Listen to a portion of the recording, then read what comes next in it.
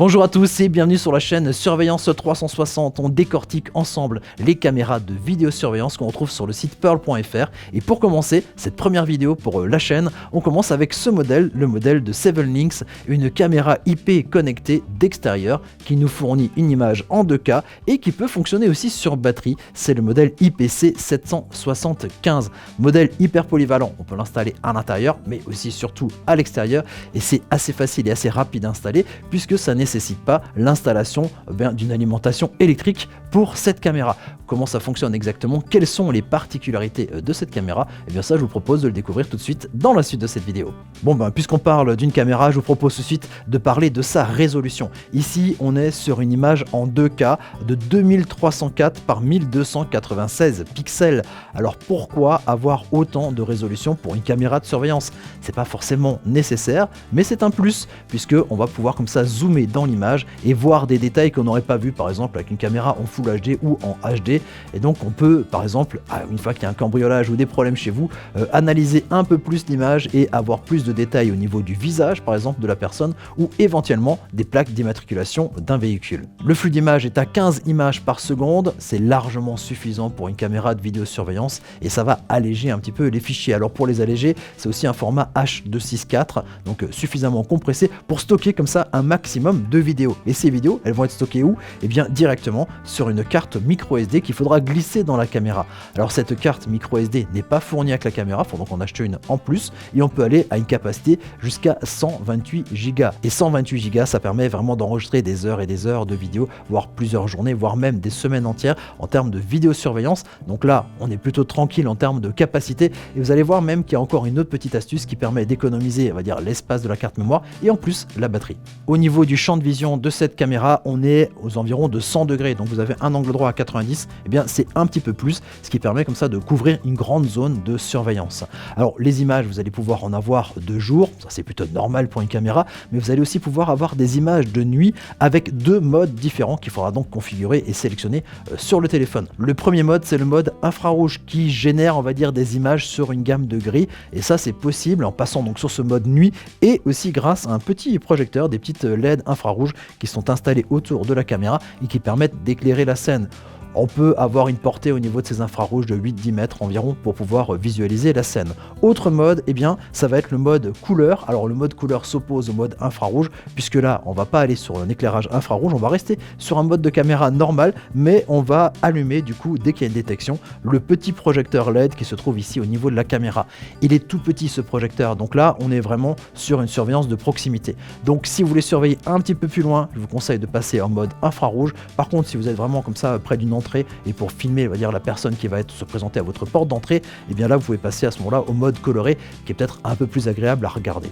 Et après l'image, et maintenant vous parlez du mode de détection. J'en ai déjà parlé un petit peu et sur cette caméra il est assez intéressant. Vous avez ici l'objectif, la petite LED dont on a déjà parlé et en dessous là cette petite œil tout noir, et bien ça c'est le détecteur PIR. Le mode PIR au niveau de la détection, c'est certainement celui qui va vous éviter le plus de fausses détections. Puisqu'une caméra de surveillance, comment ça va fonctionner? Dès qu'il y a du mouvement, la caméra va lancer l'enregistrement et on risque d'avoir des fausses détections, par exemple une petite branche qui bouge, quelque chose qui se déplace, un reflet dans une fenêtre, et tout ça, eh bien, vous allez l'éviter avec le PIR puisque lui va être sensible en fait à la chaleur des corps. Donc on peut repérer éventuellement le chat ou le chien qui passe, la personne c'est sûr, et d'autant plus qu'il y a un mode ici qui permet donc, on va dire, d'enlever le repérage des animaux et se concentrer uniquement, eh bien, sur la reconnaissance humaine. Ce mode de détection PIR est certainement aussi celui qui consomme le moins d'énergie et lorsqu'on a une caméra qui fonctionne sur batterie, ça prend tout son sens, donc on va économiser de la batterie et comme je disais aussi le mode de détection mouvement, enregistrement, là aussi ça va économiser notre batterie et la place sur la carte mémoire. Autre fonction disponible aussi avec cette caméra, c'est de paramétrer la zone de surveillance. Voilà, si vous savez qu'il y a régulièrement des mouvements et qui vont donc créer des fausses détections, vous allez pouvoir réduire comme ça le champ de détection directement depuis l'application du smartphone, donc pour se concentrer sur les zones qui sont importantes et intéressantes à surveiller. Alors sur cette caméra, il y a aussi une autre fonction à utiliser avec modération, c'est le mode sirène. dès que la caméra va détecter un mouvement, en plus de filmer, eh bien, elle va lancer à ce moment-là un système de sirène de 90 décibels. Donc si vous voulez pas de problème avec le voisinage, vous désactivez cette fonction, surtout si vous êtes à côté, par exemple, de la caméra. Par contre, si vous êtes un peu éloigné des autres habitations, ou si vous souhaitez au contraire avoir cette sonnerie, vous pouvez éventuellement l'activer. Et puisqu'on est dans l'audio, dans le sonore, il faut savoir que donc cette caméra va donc filmer des images, mais va aussi enregistrer le son. Il y a un petit micro qui est intégré aussi au niveau de cette caméra, et vous avez le petit haut-parleur qui fait la sirène, qui va nous permettre d'avoir un système, on va dire, bidirectionnel pour pouvoir communiquer. Il peut y avoir un livreur qui arrive devant chez vous, qui sonne, vous allez recevoir la notification, et vous allez par exemple pouvoir lui dire, écoutez, cachez le colis à tel et tel endroit. Voilà, ça permet un petit peu de communiquer directement avec la personne devant la caméra. Alors comme vous l'avez vu déjà dans les images d'illustration, quand je suis en train de vous parler de la configuration de la caméra ou de la consultation de la caméra, tout ça se fait via mon smartphone. Alors c'est via une application. Cette application est gratuite, existe en version iOS et en version Android et s'appelle Elysion. Une application qui fonctionne très très bien.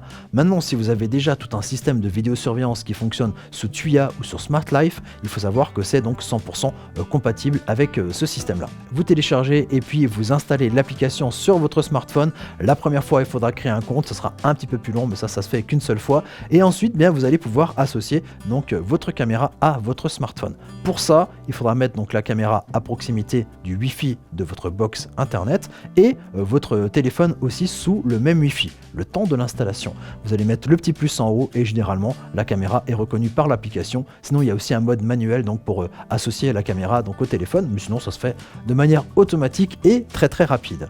Et ensuite, pour ceux qui se poseraient la question, la caméra de surveillance reste sous le Wi-Fi de votre box internet et vous, avec votre téléphone, vous pouvez partir à l'autre bout de la planète. Tant qu'il y a de la 2G, de la 3G, de la 4G ou de la 5G, vous allez pouvoir consulter comme ça les données de votre caméra et même la configurer à distance. Donc voilà, logique, on reste pas à côté de sa caméra pour surveiller sa maison, ça te coule de source. Et concrètement, ensuite, une fois que tout est bien installé, vous gardez un œil chez vous. Vous avez votre caméra en place et vous pouvez la consulter à tout moment depuis votre smartphone pour être en direct live chez vous. Par contre, forcément, on n'a pas toujours un œil sur son téléphone, on peut l'éteindre et dès qu'il y a du mouvement, dès qu'il y a quelque chose qui passe devant votre caméra, vous allez recevoir une notification sur votre téléphone avec une petite photo qu'on peut consulter. Et puis, il faut savoir que donc dès qu'il y a un événement, c'est ce qu'on appelle un événement, la caméra va enregistrer les images tant qu'il y a du mouvement. Et donc, vous allez pouvoir revenir ensuite consulter les archives de votre caméra pour voir ce qui s'est passé ou ce qui est en train de se passer chez vous. Alors, autre avantage de ce type d'application, c'est plutôt d'avoir une application par caméra, par type de système ou autre. Ici, c'est une application de domotique généraliste, donc on peut y associer des caméras, mais aussi plein d'autres appareils connectés compatibles justement Elysion, Tuya ou Smart Life pour les faire travailler ensemble. On peut imaginer par exemple avec une caméra de vidéosurveillance qu'on puisse à ce moment-là, dès qu'elle détecte quelque chose, allumer une lumière pour pouvoir repérer les intrus ou simplement chez vous quand vous rentrez à la maison, plutôt que d'avoir un simple détecteur de mouvement, ça devient une caméra et du coup votre allée s'éclaire. Ça, c'est faisable donc grâce à ce qu'on appelle des scénarios, c'est-à-dire des programmations d'automatisation qu'on fait donc directement via cette application. Sinon, plus simplement au niveau de l'application, vous avez toujours donc l'écran pour visualiser les images. Vous avez accès, on va dire, à des raccourcis rapides, des fonctions que vous souhaitez, dont une qui peut aussi avoir du sens, c'est le mode privé. Voilà, si vous avez ça devant chez vous, vous êtes, près de votre piscine, des choses comme ça, vous n'avez pas envie que les images puissent être accessibles à un moment donné en piratant par exemple un système, vous mettez le mode privé, à ce moment-là, la caméra se coupe, il n'y a pas de souci du tout. Sinon ensuite, pour les réglages plus fins, vous avez les 3 petits points qui sont en haut, qui vous donnent accès comme ça à tous les menus spécialisés ici pour configurer la caméra.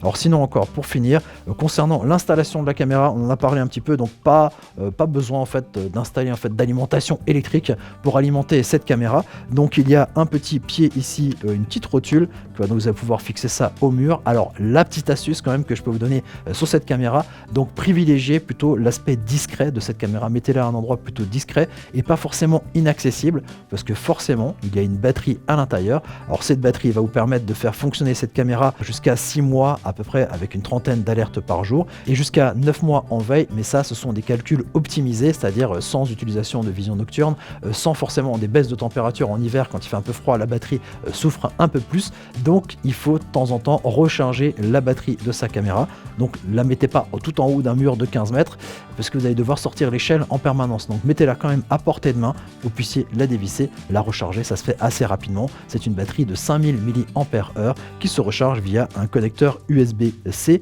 le même que votre smartphone. Alors autre point sympa, passe, c'est que si cette rotule ne vous plaît pas, eh bien sachez qu'à l'arrière de la caméra, c'est une vis 1/4 de pouce. Vous savez, c'est ce fameux standard qu'on utilise régulièrement sur les appareils photo ou sur les caméras. Donc c'est compatible avec plein d'autres systèmes, plein d'autres pieds, si nécessaire, si vous avez voilà, d'autres idées d'intégration, comme par exemple une sangle autour d'un arbre, des choses comme ça, ça existe et donc on peut éventuellement le remplacer ici. Et pour finir, pour les plus connectés d'entre vous, il faut savoir que cette caméra et son application sont compatibles avec le système d'Amazon Alexa et Google Assistant, notamment voilà, Amazon Alexa Show, vous savez, avec le petit écran qui nous permet de visualiser ces caméras. Voilà, je crois qu'on a fait à peu près le tour ici de cette caméra. Si vous avez aimé la vidéo, n'hésitez pas à nous mettre un petit j'aime. Si vous pensez que cette caméra pourrait être bien utile à quelqu'un que vous connaissez, un ami, un collègue ou quelqu'un de la famille, eh bien n'hésitez pas à partager avec lui cette vidéo. Et puis bien entendu, si vous aimez les caméras de vidéosurveillance et la surveillance, vidéosurveillance de manière générale, n'hésitez pas à vous abonner à notre chaîne YouTube. Allez, ciao ciao, à très bientôt pour découvrir d'autres objets techno. Tchuss!